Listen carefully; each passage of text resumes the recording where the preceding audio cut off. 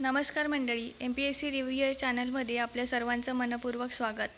आज आपण पाहणार आहोत चालुक्य घराणे. मागच्या व्हिडिओमध्ये आपण वाकाटक घराण्याबद्दल बघितलं होतं. वाकाटक घराण्याच्या पाडावानंतर कलचुरी या घराण्याने इसवी सन 6व्या शतकात महाराष्ट्राच्या काही भागावर स्वारी केल्याचे म्हटले आहे. त्यांची राजधानी ही महेशमती होती.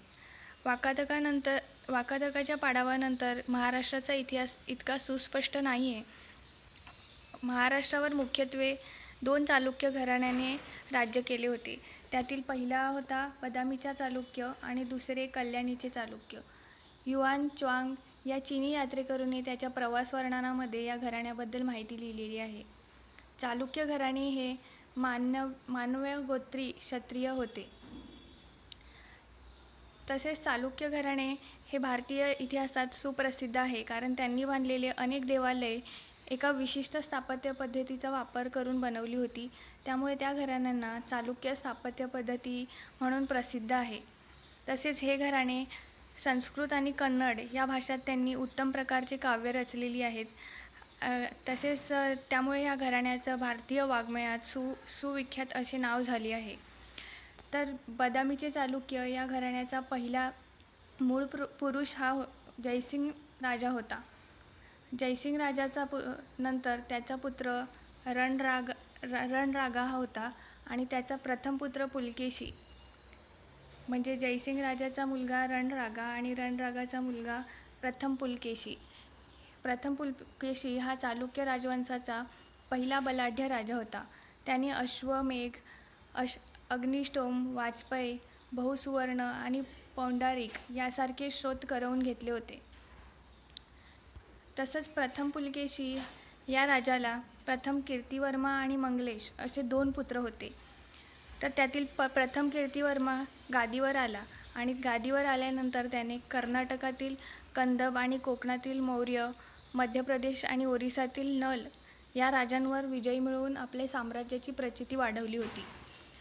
पण त्याच्यानंतर आणि कीर्तिवर्मन निधन झाल्यानंतर त्याचा पुत्र जो होता तो द्वितीय पुलकेशी हा अल्पवयी असल्यामुळे त्याचा जो धाकटा भाऊ हा मंगलेश तो गादीवर आला इसवी सन 597 ते 98.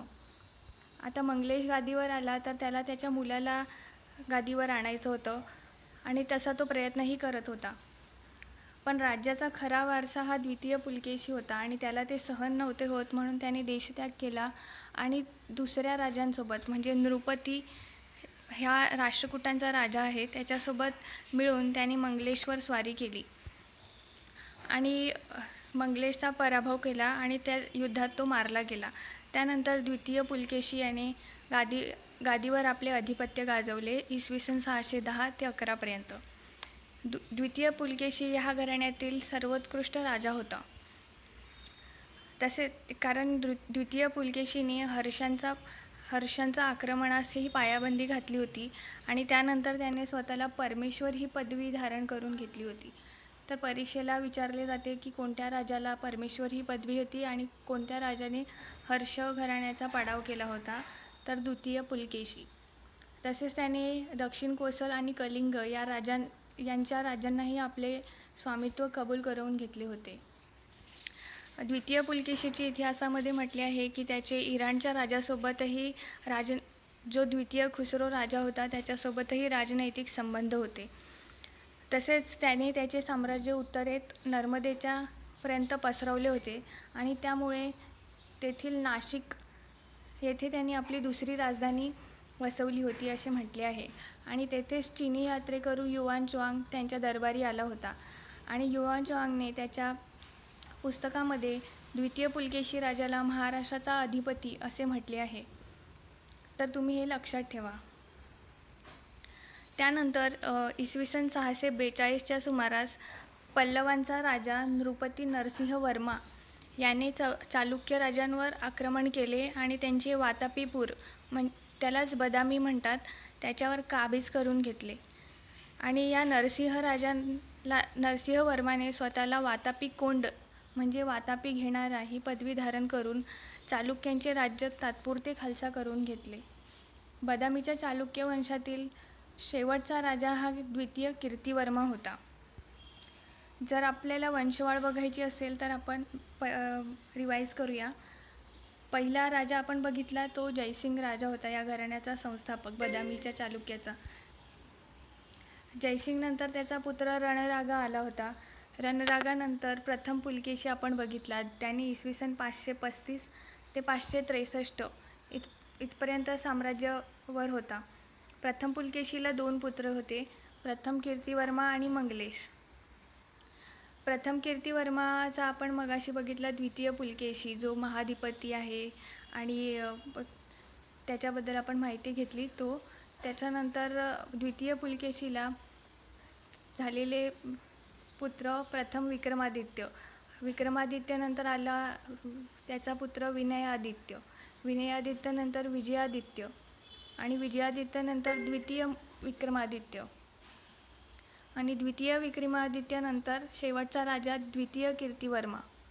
तसेच इकडे मंगलेश नंतर त्याचा पुत्र कृष्ण विष्णुवर्धन होता आणि त्यांचा पुत्र धराश्रय जयसिंह आणि शेवटचा शिलादित्य. अशी ही यांची बदामीच्या चालुक्याची वंशवाळ आहे. त्यातील महत्त्वाचे राजे आपल्याला बघायचे तर द्वितीय पुलकेशीबद्दल परीक्षेसाठी महत्त्वाचं आहे. विक्रमादित्य राजाही महत्त्वाचा आहे आणि हा प्रथम पुलकेशी. तसेच जयसिंग हा संस्थापक राजा आहे, हे लक्षात ठेवा.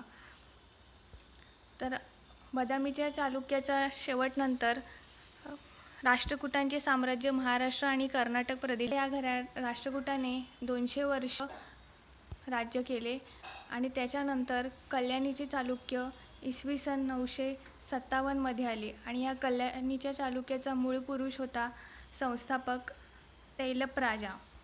हा तैलप राजाचे पुत्र होता चतुर्थ विक्रमादित्य आणि या चतुर्थ विक्रमादित्याचा पुत्र द्वितीय तैलप हा या घराण्याचा महत्त्वाचा राजा आहे.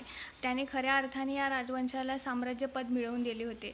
द्वितीय तैलप हा पूर्वी राष्ट्रकूट साम्राज्यामध्ये म्हणजे जो राजा होता तृतीय कृष्ण राष्ट्रकूटांचा राजा, यांच्या राज्यामध्ये तो सेनापती म्हणून काम करत होता आणि त्याचा महासामंताधिपती म्हणूनही उल्लेख केला आहे. नंतर सेनापती असताना तैलप राजाने राष्ट्रकूटाचा पाडाव होऊ लागला तसा संधी साधून आपली सत्ता प्रस्थापित केली. तैलपानंतर त्यांचा पुत्र सत्याश्रय राजा याने इसवी सन 997 गादीवर आला. सत्याश्रयानंतर त्याला 3 पुत्र होते. 5वा विक्रमादित्य, अय्यण्णा आणि द्वितीय जयसिंग हे एकामागून एक गादीवर आले. पहिल्या दोघांची कारकिर्दी अर्ध वेळासाठीच राहिली, पण ह्यातील द्वितीय जयसिंग ह्याचे राज्य इसवी सन 1015 पासून 1042 दीर्घकाळ चालले. जयसिंगनंतर त्यांचा पुत्र प्रथम सोमेश्वर आहोमल्ल हा गादीवर आला. सोमेश्वर आहोमल्लाचा पुत्र होते द्वितीय सोमेश्वर, षष्ठ विक्रमादित्य आणि जयसिंग असे याला 3 पुत्र होते. त्याच्यातील षष्ठ विक्रमादित्य महत्त्वाचा राजा होता. त्यानंतर आपण ह्या घराण्याची वंशवाळ बघूया. आपण बघितले या घराण्याचा तैलप राजा हा संस्थापक होता. त्यानंतर त्याला 2 पुत्र होती, सत्याश्रय आणि दशवर्मन. दशवर्मन नंतर त्यांचे 3 पुत्र पंचम विक्रमादित्य, अय्यण्णा आणि द्वितीय जयसिंग. द्वितीय जयसिंग राजाचे 2 पुत्र होते, प्रथम सोमेश्वर आणि जयसिंग. असे या घराण्याचे आपण वर्णन इतके महत्त्वाचे नाही आहे परीक्षेच्या दृष्टीने. महत्त्वाचं फक्त संस्थापक कोण होता तर तैलप राजा, ह्याबद्दल आपण लक्षात ठेवूया. तसं या घराण्याची राज्यव्यवस्था बघितली तर ती थोडी वेगळी होती. म्हणजे कोरीव लेखामध्ये या घराण्याबद्दल राज्यव्यवस्था करण्यासाठी ह्यांचे विविध अधिकारी होते.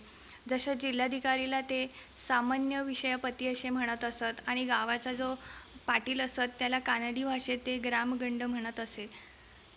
तसेच या घराण्याचे नगर व गाव असे यांनी विविध कर देण्याचीही पद्धत होती. विविध गोष्टीवर कर घेण्याची पद्धत होती. जसं मिठावरील करही इतिहासामध्ये लिहिलेले आहे. अनेक ताम्रपटात हे कर देवालयास देवालयाच्या खर्चासाठी लावून दिल्याचेही आढळून आले आहे. कल्याणीचे चालुक्यांच्या वेळी राज्यांचे शासन व्यवस्था करता राष्ट्र, विषय, देश, नाडू, कंपन आणि ठाण असे विविध विभाग केले होते. त्यांवरती ते राष्ट्रपती, विषयपती, नाडरस असे अधिकारी नेमले होते. विषय म्हणजे सध्याचा जिल्हा विभाग आणि यालाच ते लोक नाडू असे म्हणत असत. ही कन्नडी संज्ञा आहे. आणि नाडूत नाडरस व नाडगावुंड असे 2 अधिकारी होते. नाडगावुंडाकडे त्या प्रदेशातील कर गोळा करण्याचं काम असायचे, तर नाडसारकडे हल्लीच्या कलेक्टरप्रमाणे सामान्य प्रशासन व्यवस्था असायची. तसेच या राजघराण्यामध्ये प्रत्येक गावात देवालय, ग्रामशिक्षक, कारकून, नाविक, तपस्वी, लोकांसाठी घातलेली अन्नसत्रे इत्यादींकरता जमिनी राखून ठेवल्या होत्या. हे घराण्यांच्या गावाच्या संरक्षणाकरता लहानशी आरक्षक म्हणजे पोलीस तुकडीही असायची. तिला ते मुख्यत्वे तलारी असे म्हणत. षष्ठ विक्रमादित्याची राणी लक्ष्मीदेवी हीही आपल्या पतीप्रमाणे राज्यकारभारात निपुण होती आणि या राजाची जी दुसरी पत्नी होती राणी केतलदेवी हिनेही आपल्या विद्वत्तेने आणि संगीत नैपुण्याने कीर्ती मिळवली होती. जर या घराण्याचे धार्मिक जीवन बघितले तर द्वितीय पुलकेशीचा आश्रित रविकीर्ती याने ऐहोळ, बदामी येथे उत्कृष्ट लेणी कोरली आहे. आणि पट्टदकल हे जे थंबनेलमध्ये जो चित्र आहे, मंदिर आहे, ते पट्टदकल तामिळनाडूमधलं मंदिर आजही चालुक्य घराण्याच्या अस्तित्वाचा वैभव दाखवत आहे. तसेच चालुक्यांच्या राज्यात वैदिक धर्माप्रमाणेच बौद्ध व जैन धर्माचीही भरभराटी झाली होती. अशा प्रकारे चालुक्य घराणे हे धार्मिक जीवनात तसेच राज्यव्यवस्था बघितली तर ती आजच्या काळात जशी राज्यव्यवस्था आहे तशीच त्या काळीही होती. चालुक्यांच्या राजांच्या पडावानंतर पुन्हा या राष्ट्रकूटांचा आधिपत्य आली होती आणि आपण आता एक एक करून नंतर पुढे राष्ट्रकूट बघूया. जर तुम्हाला हा व्हिडिओ इन्फॉर्मेटिव्ह वाटला असेल तर व्हिडिओला लाईक करा आणि आपल्या मित्रांनाही शेअर करा. धन्यवाद.